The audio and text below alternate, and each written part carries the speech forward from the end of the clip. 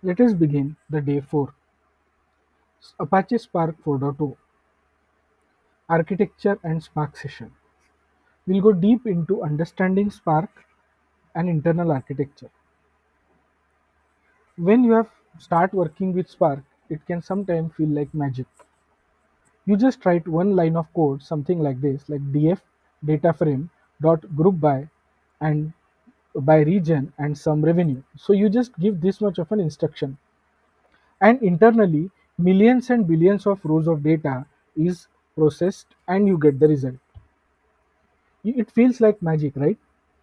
Sometimes even many of the senior developers, Spark developers I have seen, they they take it wrongly.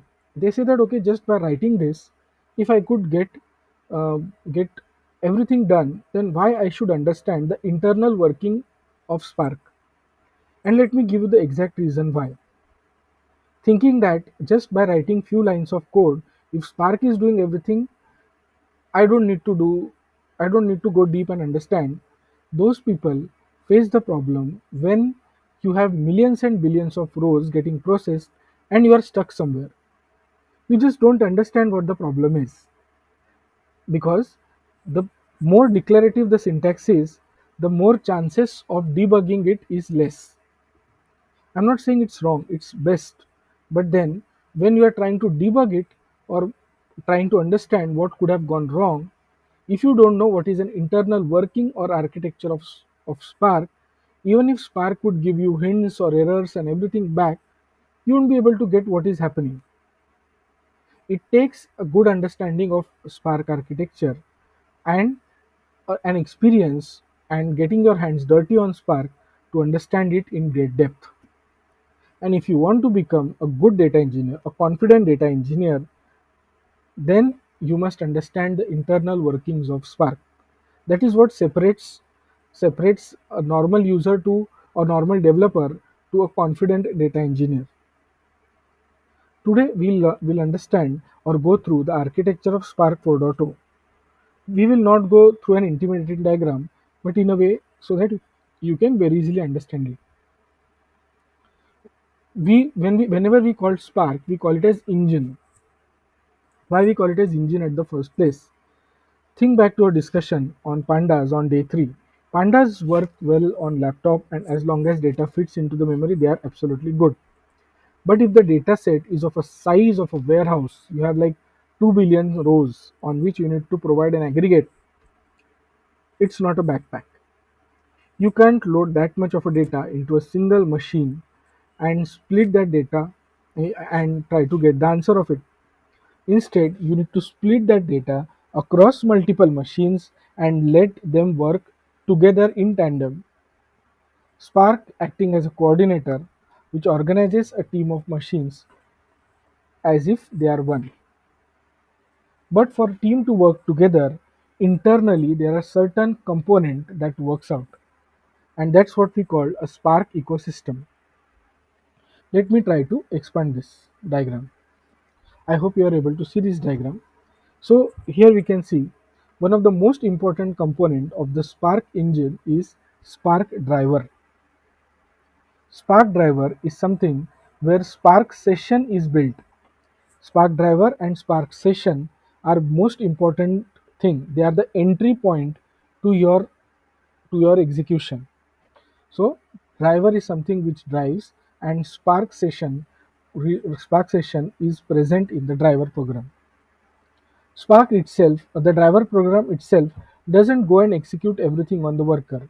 Instead, it sends a request for worker nodes and executors to something called cluster manager. Cluster manager can be of different type. Spark has its own local cluster manager. You can use a cluster manager or legacy cluster managers also, or you can use nowadays there are Kubernetes cluster managers which are popular. Spark can work with them very easily. But majority of the time I have seen in production of Spark cluster, we use the local cluster manager. That is more than enough. Cluster managers manages the worker nodes. Worker nodes are the place where the actual execution of the dataset takes place. Actual execution of the task take place. So driver program, cluster manager, and through cluster manager, worker nodes are managed. Spark context. As we mentioned, Spark session is present in driver program. It has something called Spark context. And through Spark context is something we execute the code and plan basically. So the plan how to execute everything on which worker is present in Spark context. So code when it is as written will be read and a DAG is created for each and every step. DAG is a directed acyclic graph. A directed acyclic graph is created. A graph uh, internally, uh, a graph internally is also called as job. And for each job, there are some smaller tasks. The job is then split into smaller tasks, and those tasks are executed on worker nodes. So this is how the entire ecosystem works. The DAG scheduler build, operate DAG and split graph into stages of tasks, and submit each stage as ready to the task scheduler. And task scheduler's responsibility is to get it executed on different workers. What we simply do is we only play with Spark context and driver program. But internally, these are all the players like cluster manager, worker nodes, and DAX scheduler. Let us try to understand the function of each of them. Every Spark program starts with a driver. You can think of the driver as a brain of operation. It takes your code like loop by, filter, and doesn't run it immediately. Instead, it figures out how to run. It will create a plan of execution, a directed acyclic graph, a DAG. Directed acyclic graph is created. Once the plan is ready, the driver asks the cluster manager who are ready to execute the task. And it is a job of cluster managers to say that, okay, these are my worker nodes which are ready to execute your task. So the driver doesn't crunch the number itself. It acts like an architect who designs the building plan and but doesn't lay the bricks. Executors, let's focus on the executors. Executors are the place. So this is how it works. Like a driver program has a Spark context, and through cluster manager the worker nodes are managed. Worker nodes has some components called executor and task. So and it also has something called cache memory. The real number crunching happens at executor. These are the worker processes that live on different machines in the cluster. Each executor is assigned a slice of data. Each executor is assigned a task, a slice of data. They run the task sent by driver. They can cache the data in the memory for reuse. They can even cache the data for reuse. It is being popularly used for optimization. If the driver is an architect, the executors are the construction crew that one's mixing the cement and placing the bricks. Cluster manager. Let's focus on something called cluster manager.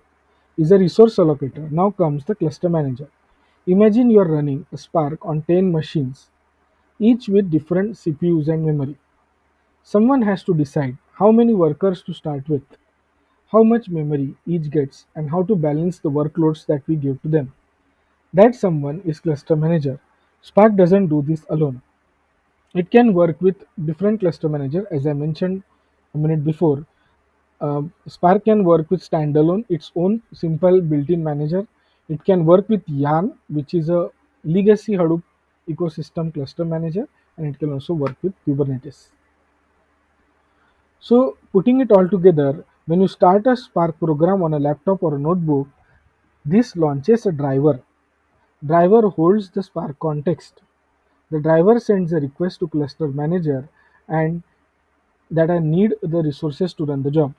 The cluster manager responds by launching executors across available machines. The, the driver divides your job into tasks. The driver then divides the job into tasks and distribute the task to the executors.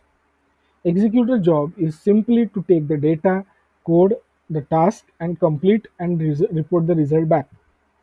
The driver collected each and everything and hands the final output to the notebook or the laptop.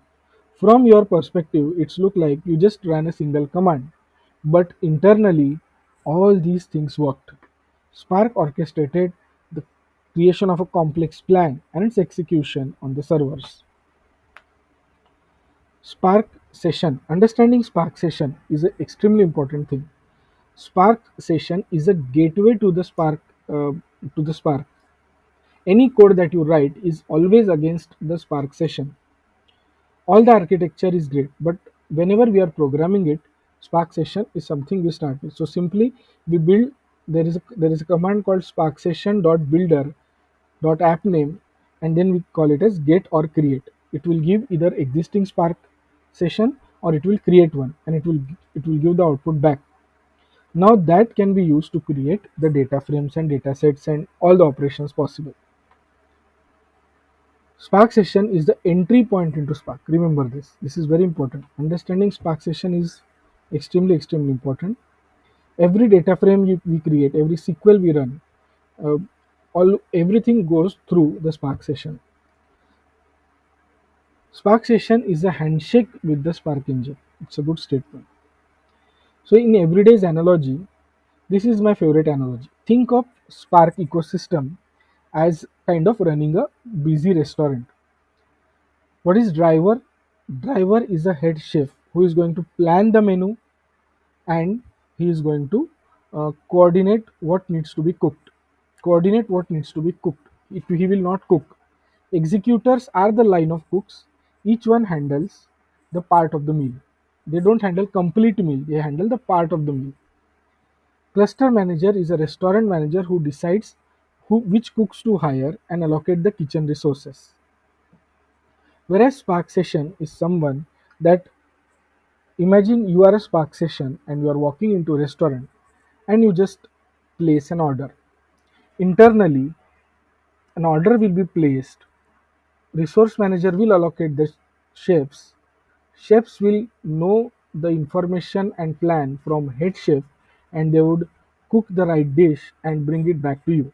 For you, the abstraction is simple. You just give one line of command. But internally, all these things happen. Understanding all these things is extremely critical because when you are dealing with such a huge amount of data, it is extremely important to know that how internally it must be managing so that we can do this entire exercise in a in an optimized way. Today we have seen what happened behind the curtain when you run the Spark job. Driver as an organizer organizes and plans. Executors do an actual work. Cluster manager is resource allocator. Spark session is your entry point into the world. As a fresher, don't worry if some of these still feel abstract. Over the next few days, as we write more Spark code, this concept will naturally kick. You will Each and every program of Spark starts with Spark session or creating a Spark session object. So suppose at any point of time you feel that okay, I don't know from where to start checking the Spark program, simply go and check where the Spark session is getting created. That is a starting point of your entire Spark programming. Nowadays, ETLs are not simple. Earlier, 4 or 5 years back, we used to write ETL like a procedural code. Nowadays, what has happened is ETLs are getting complex and all, and therefore, a kind of traditional software programming approach has come into ETL. People are writing object-oriented programming in ETL. They are putting all the test classes together so that we can get an amazing experience of complete software development lifecycle (SDLC) into Spark programming.